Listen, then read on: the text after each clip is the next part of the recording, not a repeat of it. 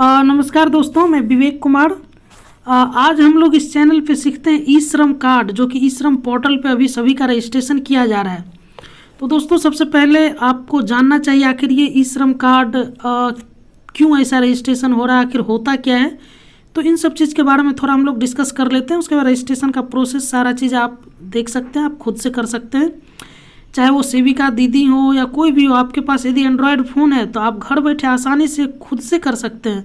बस ये स्टेप आप फॉलो कीजिएगा, आराम से आप इसको ई श्रम कार्ड आप खुद से बना सकते हैं। तो चलिए हम लोग सबसे पहले हम लोग बात करते हैं आखिर ई श्रम कार्ड जो है होता क्या है। ठीक है, ये कब लॉन्च किया गया था। तो दोस्तों, सबसे पहले आप ये जान लीजिए, ये 26 अगस्त 2021 को माननीय प्रधानमंत्री मोदी जी के द्वारा यह लागू किया गया था। यह मुख्य रूप से माइग्रेंट लेबर, जो कि माइग्रेंट लेबर आप उसे कह सकते हैं, जिनका की सैलरी 15,000 से नीचे हो, वो इस माइग्रेंट में आते हैं। ठीक है, जो कंस्ट्रक्शन वर्कर्स हो, जो कंस्ट्रक्शन लाइन आप कह सकते हैं, जो बिल्डिंग बनाने में बहुत ही हाइट पे, आप देखिएगा बहुत ही हाइट पे जो लेबर होते हैं हमारे, वो बहुत ही हाइट पे चढ़ के काम करते हैं, तो वो कंस्ट्रक्शन वर्कर आ गए। प्लेटफॉर्म वर्कर्स, जो कि प्लेटफॉर्म वगैरह पे साफ़ सफाई से लेके हर एक चीज़ का ध्यान रखते हैं, तो प्लेटफॉर्म वर्कर्स आ गए। इस तरह से जो असंगठित वर्कर्स का पहला एक नेशनल डेटाबेस तैयार मोदी जी के द्वारा ये किया जाना स्टार्ट हुआ है। ठीक है, तो इसके लिए कुछ गाइडलाइंस है। गाइडलाइंस ये है कि मान लीजिए, सबसे पहला चीज़ ये जान लीजिए कि 16 से लेकर 59 साल तक के बीच के कोई भी मेंबर हैं, वो इस क्राइटेरिया मीन्स 15,000 के क्राइटेरिया से नीचे हो, तो उनको ये ई श्रम कार्ड बन सकता है। और वैसे लोग जिनका ईपीएफ या ईएसआई के सदस्य हैं, मतलब ईपीएफ जिनका कटता है या ईएसआईसी कटते हैं, तो उनका जो इसमें फ़ायदा नहीं मिलेगा। ठीक है, तो ये मुख्य रूप से ध्यान रखना है। और स्टूडेंट जो है वो 16 साल से कम स्टूडेंट भी बना सकते हैं, तो उनका एक क्राइटेरिया है कि 16 साल से कम का नहीं होना चाहिए। इस सरकारी डेटाबेस को देखिए, इस जो सरकारी डेटाबेस है, इसमें प्रधानमंत्री श्रम योगी मानधन योजना, प्रधानमंत्री जीवन ज्योति बीमा योजना, प्रधानमंत्री सुरक्षा बीमा योजना, प्रधानमंत्री जन आरोग्य योजना, जो कि आप जानते हैं आयुष्मान भारत योजना भी है, सामाजिक सुरक्षा पेंशन योजना, इन सभी योजना का लाभ जो है, आप इसके लिए पहले अलग अलग रजिस्ट्रेशन कराते थे, लेकिन अब जो है, अब इस सभी योजना का लाभ एक लिंक कर दिया गया। इन सभी योजना को एक में जोड़ दिया गया है, और उसका एक आप यदि मान लिया जाए ई श्रम कार्ड बना रहे हैं, तो इससे आपको लगभग उस सारे योजना का लाभ यहाँ पे आपको मिल जाएगा। तो इसलिए मेरी उम्मीद से ये बहुत ही अच्छा काम है, जिसके वजह से इतना भागदौड़ नहीं करना पड़ेगा। ये कार्ड के लिए मतलब ये कार्ड बनाना है, ये योजना के लिए ये कार्ड बनाना है, तो इस तरह से आपको नहीं करने का ज़रूरत है। एक ही ई श्रम कार्ड से आपको इतने सारे योजनाओं का लाभ आपको मिल सकेगा, इसलिए आप इसे ज़रूर बनाएं। और अब हम लोग देखते हैं कि कैसे इस पर रजिस्ट्रेशन करना है। ब्राउज़र होगा, आप गूगल क्रोम होगा या जो भी होगा, आप सिंपली उस पर ESHRAM बस इतना लिख करके आपको सर्च कर देना है। ठीक है, आपको उस पर क्लिक करना है।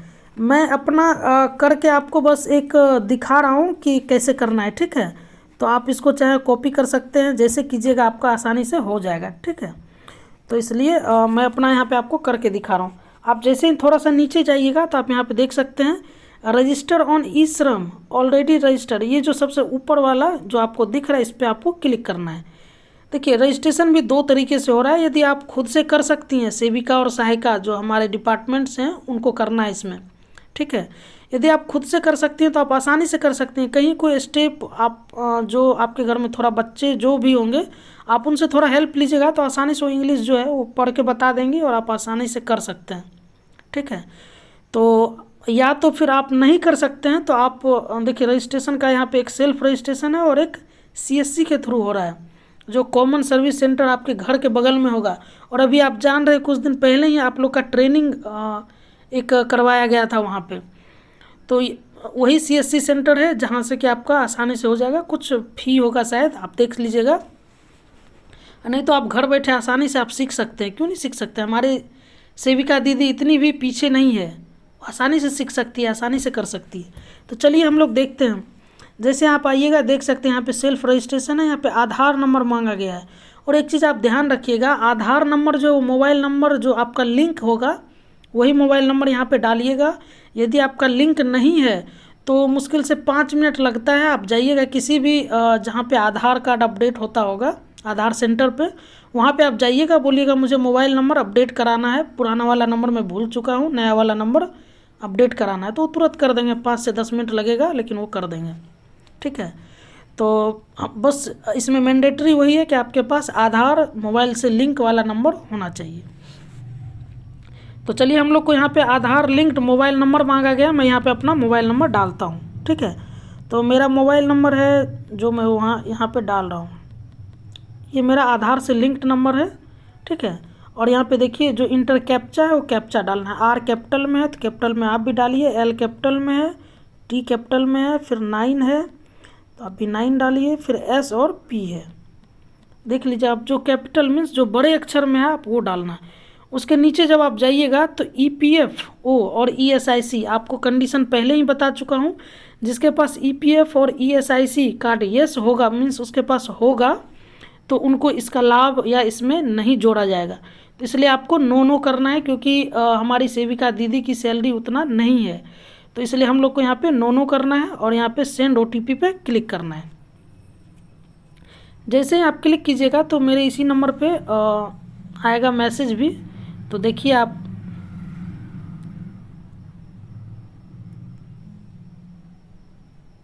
सेंड OTP पे तो मैं क्लिक किया हूँ लेकिन अभी तक तो नहीं आया है।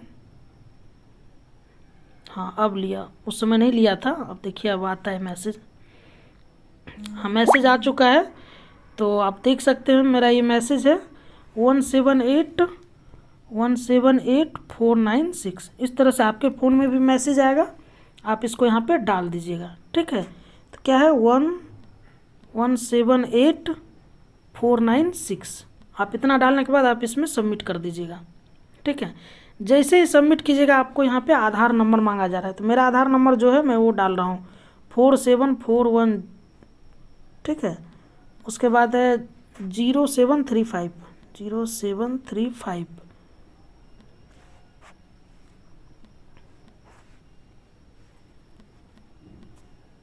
मैं डाल दिया हूँ। उसके बाद आपको यहाँ पे कुछ नहीं करना है, सबमिट पे क्लिक कर देना है।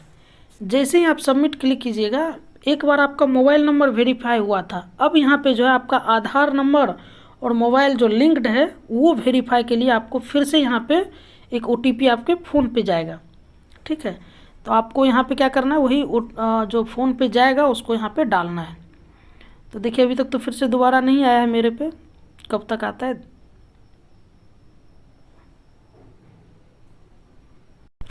तो मेरा OTP आ चुका है, मैं यहाँ पे डाल रहा हूँ, ठीक है।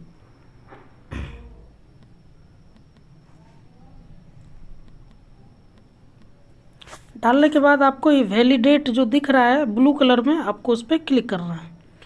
जब तक आप नहीं डालिएगा तब तक वो ब्लू कलर में नहीं आएगा, जैसे आप डालिएगा ब्लू कलर में आ जाएगा। अब देखिए आपको यहाँ पे 5 स्टेप है, आप देख सकते हैं मेरा फ़ोटो आ चुका है, ठीक है। ये 5 स्टेप है जिसमें एक योर पर्सनल आधार नंबर का डिटेल वेरीफाई हो चुका है, पर्सनल इन्फॉर्मेशन है, एड्रेस है, एजुकेशन क्वालिफिकेशन है, ऑक्यूपेशन एंड स्किल्स है, बैंक डिटेल है, ठीक है। तो आप मेरा ये डिटेल देख सकते हैं, ये आ चुका है, ठीक है। तो अब मैं यहाँ पे करता हूँ continue to enter other details, इस पर मैं क्लिक करता हूँ। जैसे ही क्लिक कर रहा हूँ तो मेरे से पूछा जा रहा है, मेरा मोबाइल नंबर ऑलरेडी है, इमरजेंसी मोबाइल नंबर पूछा जा रहा है। यदि आपको कभी कुछ हो गया तो वैसे केस में आपका इन्फॉर्मेशन किन को दिया जाएगा, तो आप अपने घर के किसी वैसे मेंबर का नंबर दें जो जिनको कि आपका जानकारी होना बहुत ही ज़रूरी है। तो मैं यहाँ पे अपनी घर के किसी सदस्य का डाल देता हूँ नंबर, ठीक है।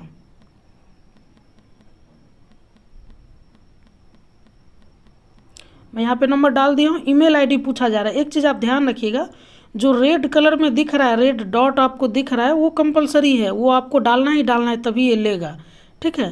तो ईमेल आईडी आपके पास है तो आप डालिए, नहीं है तो आप छोड़ भी सकते हैं क्योंकि उसमें रेड नहीं है। तो खैर मेरे पास है तो मैं डाल देता हूँ।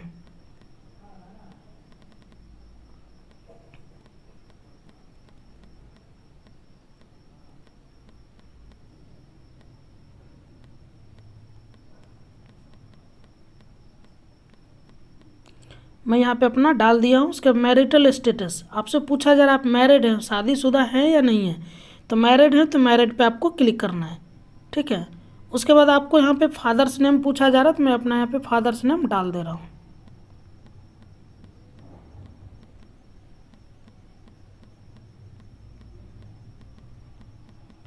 क्लियर। उसके बाद आपसे पूछा जा रहा है सोशल कैटेगरी, ठीक है, मीन्स आप किस कैटेगरी से आते हैं, SC ST हैं, जनरल हैं, OBC हैं, जो भी हैं, तो आपको यहाँ पे डालना है। ये बिहार के लिए नहीं हो रहा है जो आपको EBC और ये सब कैटेगरी आएगा। आप सेंट्रल गवर्नमेंट मीन्स ये भारत सरकार का, इसलिए आपको यहाँ पे OBC ही आएगा, तो आपको यहाँ पे OBC सेलेक्ट करना है। SC ST में आते हैं तो SC ST या फिर जनरल, तो मैं OBC में से हूँ, यहाँ पे मैं क्लिक कर दिया हूँ। उसके बाद यहाँ पे सर्टिफिकेट अपलोड करना है, आपके पास है तो कीजिए, नहीं तो छोड़ दीजिए, कोई टेंशन नहीं है। ब्लड ग्रुप आपसे पूछा जा रहा है आप कौन सा, मैं B पॉजिटिव हूँ, मैं यहाँ पे डाल दिया हूँ। उसके बाद डिफ्रेंशिएबिलिटी एबल मीन्स आप हैंडीकेप्ड हैं, विकलांग हैं, तो आपको यस करना है, नहीं तो आपको नो करना है।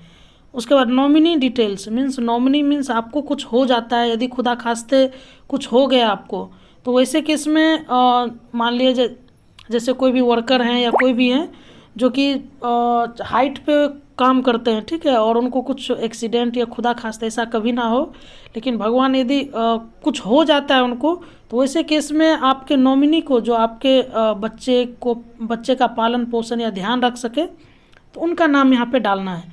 तो यहाँ पे नेम जो है उनका डालना है। जैसे मैं यहाँ पे डाल देता हूँ अपने किसी सदस्य का, जैसे मैं XYZ डाल दिया हूँ, ठीक है।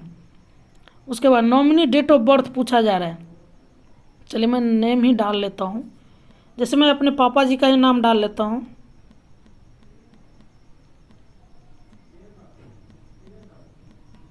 ठीक है। उसके बाद यहाँ पे नॉमिनी डिटेल मतलब डेट ऑफ बर्थ पूछा जा रहा है, तो मेरा डेट ऑफ बर्थ जो है मैं यहाँ पे डाल रहा हूँ।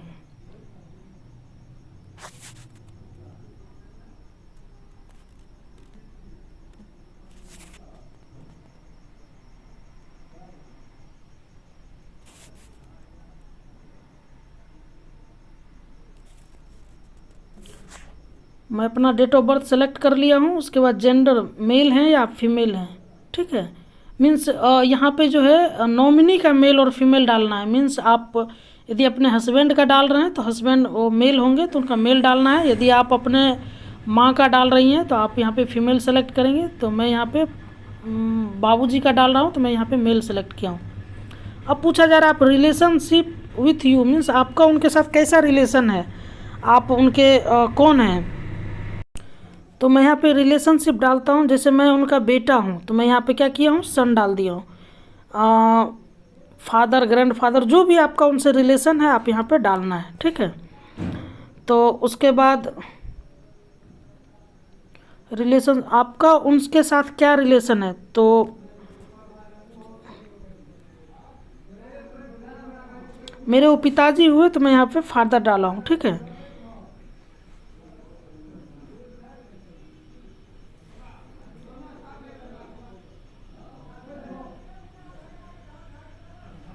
क्लियर। अब क्या करना है, सेव एंड कंटिन्यू पे आपको क्लिक करना है। मैं यहाँ पे क्लिक कर दिया हूँ। अब देखिए ये दो जो ब्लू कलर में आ गया मीन्स ये दो डिटेल आपने कंप्लीट कर लिया है। अब तीसरे डिटेल की ओर बढ़ते हैं। यहाँ पे तीसरा डिटेल क्या है, एड्रेस पूछा गया है। तो एड्रेस में क्या करना है, आप यहाँ पे देख सकते हैं होम या आपका घर जो है किस स्टेट में है, कौन सा, आप बिहार से हैं, असम से हैं या जहाँ से भी, आंध्र प्रदेश से हैं। तो मैं यहाँ पे बिहार से हूँ, तो हमारी सेविका दीदी जहाँ से हैं आप वहाँ ये सेलेक्ट कर लीजिए। आपका घर का नंबर क्या है, जैसे मैं अपना यहाँ पे घर का नंबर डाल दे रहा हूँ, 14 डाल दिया हूँ, जो भी है आप यहाँ पे डाल लीजिएगा।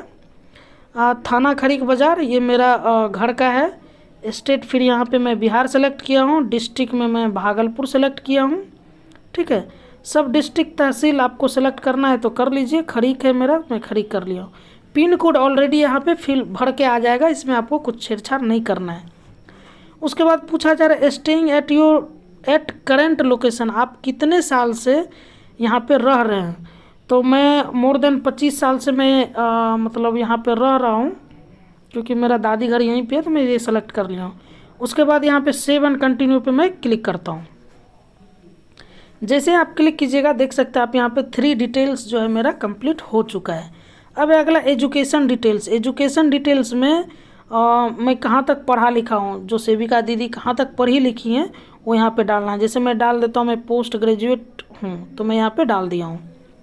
उसके बाद एजुकेशन सर्टिफिकेट खाली छोड़ दीजिए, कोई टेंशन नहीं है। मंथली इनकम स्लैब मीन्स आपका सैलरी कितना है, तो 10,000 एंड बिलो, ठीक है। तो 10,000 एंड बिलो ही सेविका दीदी की है, तो मैं इस पर सेलेक्ट करता हूँ। एक्चुअली मेरा इतना नहीं है, लेकिन मैं लास्ट में फाइनली कंप्लीट नहीं करूँगा, ये बस डिटेल इतना दे के छोड़ दूँगा, ठीक है। अब सेव एंड कंटिन्यू पे मैं क्लिक करता हूँ। जैसे ही मैं क्लिक करूँगा तो ये एक स्टेप और कंप्लीट हो जाएगा। देख सकते हैं एजुकेशन कंप्लीट हो चुका है। अब ऑक्यूपेशन एंड स्किल्स। अब यहाँ पे देखिए पूछा जा रहा है प्राइमरी ऑक्यूपेशन, ठीक है। तो आपका यहाँ पे क्या है, कारपेंटर है क्या है, तो हमारी सेविका दीदी आंगनवाड़ी है, तो मैं यहाँ पे लिखता हूँ ANG। जैसे ही लिखिएगा तो आप यहाँ पे देख सकते हैं anganwadi and Asha worker. Actually मैं नहीं हूँ, लेकिन मैं यहाँ पे दिखाने के लिए मैं ऐसा सेलेक्ट किया हूँ, anganwadi and Asha worker. Working experience in primary occupation in year, कितने साल से आप काम कर रही हैं, ठीक है। तो आप जितने साल से हैं आप यहाँ पे सेलेक्ट कर लीजिएगा। जैसे मेरा इस ऑफिस में 2 ही साल हुआ है, तो 2 साल में डाला हूँ। सेकेंडरी ऑक्यूपेशन आप खाली छोड़ दीजिए, यहाँ भी खाली छोड़ दीजिए। उसके बाद लास्ट में आप कुछ नहीं करना है, आप चाहें तो सेव एंड कंटिन्यू पे क्लिक कर दीजिए, क्योंकि रेड इस पर टिक नहीं है, ठीक है। तो डायरेक्ट मैं इस पर क्लिक करता हूँ, क्योंकि देखिए यहाँ पे पूछा जा रहा है एक्वायर स्किल्स। आपने कोई वैसा वोकेशनल ट्रेनिंग या टेक्निकल ट्रेनिंग किया है, तो नहीं की है सेविका दीदी, इसलिए इसमें मैं खाली छोड़ रहा हूँ और सेव एंड कंटिन्यू पे क्लिक कर रहा हूँ। आप देख सकते हैं मेरा 5 स्टेप कंप्लीट हो चुका है। लास्ट स्टेप है बैंक डिटेल्स। आपको यहाँ पे बैंक का अकाउंट नंबर डालना है, ठीक है। कन्फर्म बैंक अकाउंट नंबर जो सेम डालिएगा, कोई भी आप अकाउंट नंबर डाल सकती हैं, ऐसा नहीं कि जो मानदेय आपको आता है वही डालना है।